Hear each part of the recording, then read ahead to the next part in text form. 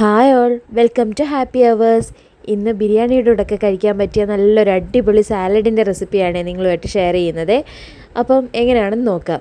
ആദ്യം ഒരു ബൗളിലേക്ക് കുറച്ചധികം സവാള എടുക്കുന്നുണ്ട്, അത് ആഡ് ചെയ്ത് കൊടുക്കുക. അതിന് ശേഷം കുറച്ച് പൈനാപ്പിള് ഒരു ഫ്ലേവറിന് വേണ്ടിയിട്ടാണ് കുറച്ചേ എടുക്കുന്നുള്ളൂ, അതിട്ട് കൊടുക്കുക. പിന്നെ കുറച്ച് തക്കാളി, അത് ഒരു 2 തക്കാളി എടുത്തിട്ടുണ്ട് ഞാൻ, ചെറുതാണ്. അതും കൂടി ഇട്ട് കുറച്ച് ഉപ്പിട്ട് കൊടുക്കുന്നുണ്ട്, ആവശ്യമായിട്ടുള്ള ഉപ്പിട്ട് കൊടുക്കുക.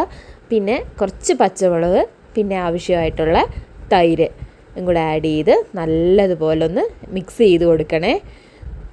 തൈര് ഇളക്കി യോജിപ്പിച്ചതിന് ശേഷം കുറച്ച് മല്ലിയിലയും കൂടെ ഇതിൻ്റെ മുകളിലൊന്ന് ഇട്ട് കൊടുക്കാവേ.